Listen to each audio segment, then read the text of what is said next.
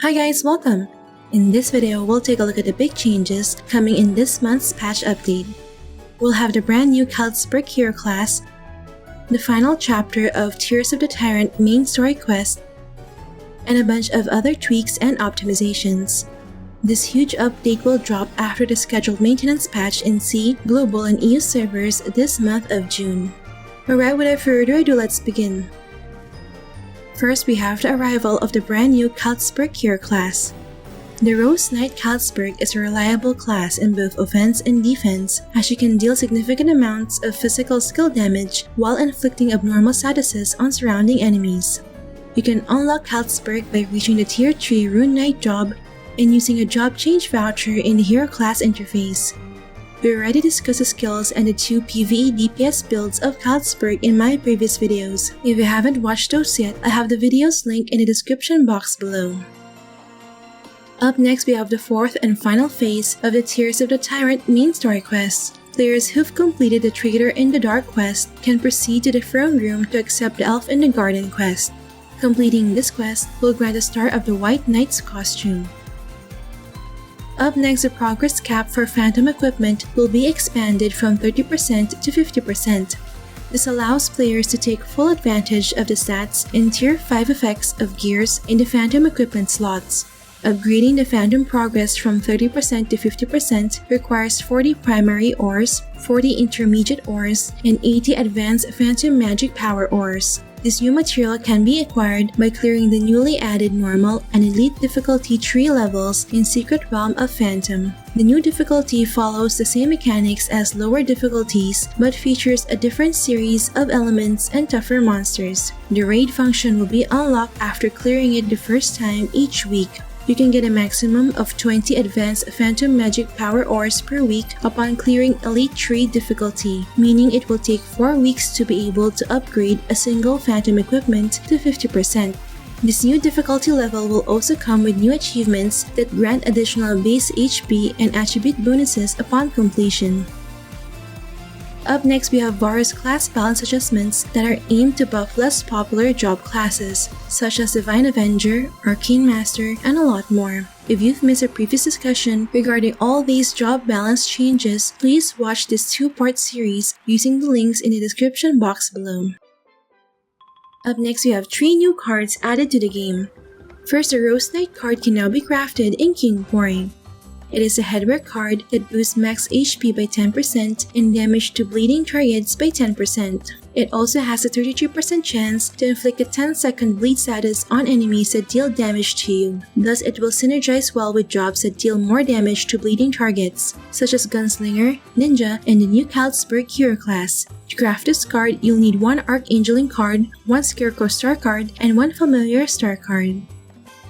Second, there's now a chance to obtain the otherworldly Fallen Angeling card upon defeating Fallen Angeling in Void Wasteland. This new headwear card increases resistance to all abnormal statuses by 20%. It also grants immunity to all abnormal statuses, but only when your HP is above 80%. Thus, it will be useful to counter the freeze build meta right now in PvP. And third, there's now a chance to obtain the otherworldly Bloody Murderer card upon defeating Bloody Murderer in Void Temple. This new weapon card increases final damage to enemies with low HP, so it works best against targets who are already low on health. However, it is less effective at the start of fights when opponents are still on full health or against targets that can heal quickly. Using this card will require good decision making, as you need to gauge the enemy's exact HP percentage to fully utilize this card's effect. Up next, we have some adjustments related to PvP and GVG gameplay. First, the 100% cap for physical def percent and MDef percent in PvP and GVG will be increased to 200%. This means that classes that cannot completely ignore these stats will need to invest more in Ignore Def and Ignore MDef stat to deal more damage. I think this change will highlight the importance of the new hero classes, as Khalitzburg has innately high ignore physical def stat, while Sarah Alien grants herself and one teammate the ability to completely ignore the defense of their targets. Second, the rank requirement to purchase Runestone and Origin Book from 6v6 Team Competition Shop has been lowered from Legend rank to War God rank. This means that you only need to reach 1,200 points instead of 2,000 points in the season mode to unlock the weekly purchase of 2-star runes.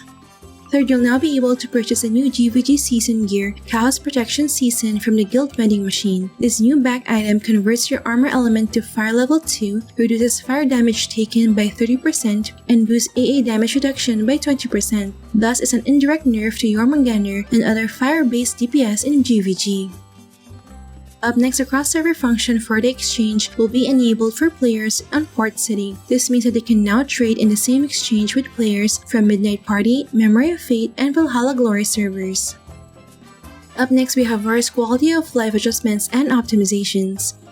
First, the channel switch penalty that applies to field MVP and mini monsters will now apply to star mobs as well. This means that after changing channel, you will not be able to deal damage or receive loots from star mobs for 30 minutes. Next, the friend, guild, and party application interface has been optimized. It is now possible to check the applicant's character info by clicking the magnifying glass button. And finally, the Pierce Adorama's Quest Confined Beast for Fenrir Hero class will be opened. Completing it will grant gacha tickets and the Fenrir avatar photo. Last but not the least, we have a few recharge-related updates. First, various BCC packs will be available that can help quick start your Khalitzburg character. Job Lucky Bag, Rapid Growth Pack, and Hero Promotion Pack will be available, which you can bundle together to get additional discounts of up to 26%. Second, on July 10, costume and headwear gacha items from January 2024 will be added in the Time Wish machine. And finally, there will be a rate up for the following MVP cards in the Card Gacha machine. Notably, this is the first card rate up for Otherworldly Falling Angeling card and Otherworldly Bloody Murderer card. So those are all the big changes coming this June in Ragnarok Mobile Eternal Love. Which part of this update are you most excited about? Let me know your thoughts in the comment section below. You may also check the links below for the full text patch notes and the download link to the game client. Alright, that's it for this video guys. Don't forget to like if you enjoyed watching this guide. If you're new here, I would love you to consider subscribing by hitting the subscribe button down below. I would love to have you back. Thank you for watching and see you in our next episode.